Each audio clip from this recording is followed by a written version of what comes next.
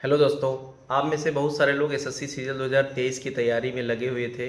जिन लोगों का सिलेक्शन सीजल 2022 वाले में नहीं हो पाया या फिर अच्छी पोस्ट नहीं मिल पा रही है या फिर लोकेशन अच्छी नहीं मिल पा रही, उन लोगों के लिए भी एसएससी सीजल 23 की काफ़ी ज़्यादा बेसब्री से इंतज़ार था और फाइनली नोटिफिकेशन आ गया है।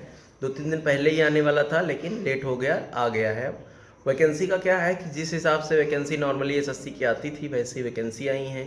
हाँ, 2022 में जो 37,000 वैकेंसी थी वैसी तो बिल्कुल भी नहीं है, काफ़ी उससे कम है।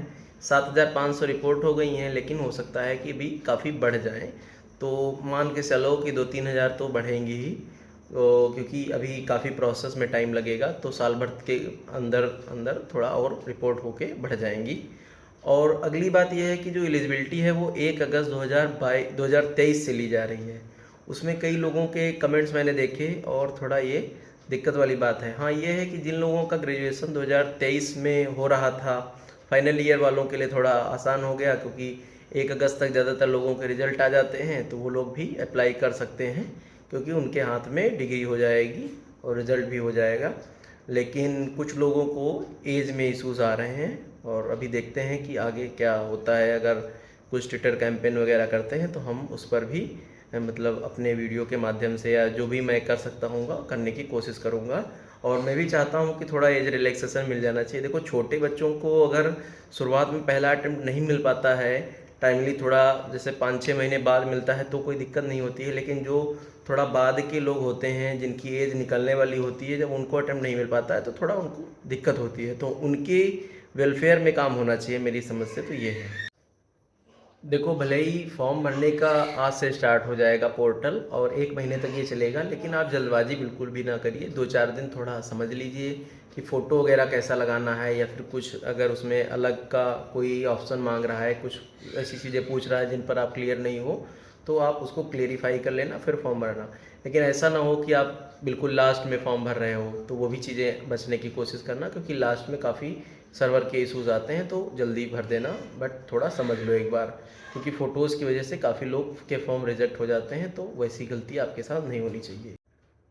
और सीजीएल 22 के बाद में जो ये डिपार्टमेंटल डीवी वाली बात चली है, तो उसमें भी आप लोगों को एक चीज़ ये ध्यान रखना है कि अगर आपके पास ईडब्ल्यूएस या फिर ओबीसी का सर्टिफिकेट, आपको एससी का सर्टिफिकेट आपको बनवाना है, उसमें रिजर्वेशन का फ़ायदा लेना है, तो आपको ये चीज़ ध्यान रखना होता है कि फॉर्म भरने से पहले या फिर नोटिफिकेशन आउट होने के पहले, नहीं, नोटिफिकेशन तो देखो अप्रैल में आउट हुआ है, 1 अप्रैल से नया फाइनेंशियल ईयर स्टार्ट होगा। तो अगर नए फाइनेंशियल ईयर का जब आप ईडब्ल्यूएस या ओबीसी जो भी सर्टिफिकेट बनवाना है, तो अभी 4-5-10 दिन हैं, उसमें आप बनवा लीजिए, या फिर 15-20 दिन लगा के भी बनवा लीजिए, फिर फॉर्म भरिए। क्योंकि ऐसा रहता है शायद कि फॉर्म भरने के पहले पहले का आपके पास सर्टिफिकेट होना चाहिए।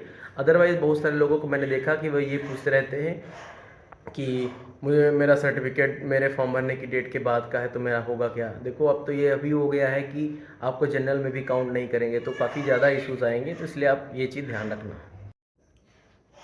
तो दोस्तों, आप लोग फॉर्म भर दीजिए। और जिन लोगों का 22 में नहीं हो पाया है या फिर अभी तक का सिलेक्शन नहीं हो पाया है, 2-4 साल से तैयारी कर रहे हैं, उन लोगों के लिए ये है कि आप जल्द से जल्द सिलेक्शन ले लो।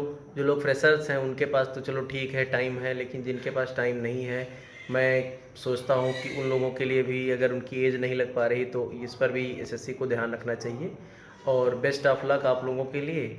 और अगर चैनल को सब्सक्राइब ना किया हो तो कर लो, लाइक भी वीडियो कर दो, और जो पॉसिबल हेल्प हो सकेगी हम करने की कोशिश करेंगे। धन्यवाद।